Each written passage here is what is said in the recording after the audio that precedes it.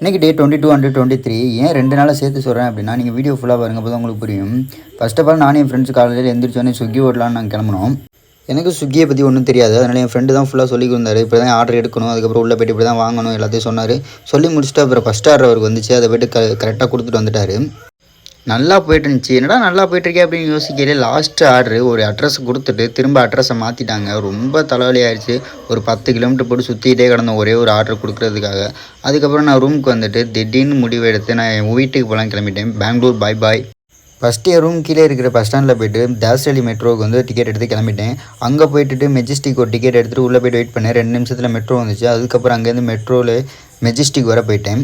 மெஜிஸ்டிக்லேருந்து ஒரு 1 hour travel பண்ணி Shanthi Nagar bus stand போயிட்டேன். பஸ் ஸ்டாண்ட்லேருந்து பெங்களூர் டு புதுக்கோட்டை கரெக்டாக 8 மணிக்கு பஸ் இருக்குது. அந்த பஸ்ஸில் போய்ட்டு ஏறி உட்காந்துட்டேன். எனக்கு விடிய காலையில் 4 மணி வரை சுத்தமாக தூக்கமே இல்லை. அதுக்கப்புறம் என்னன்னு தெரியல, அசந்து தூங்கிட்டேன்.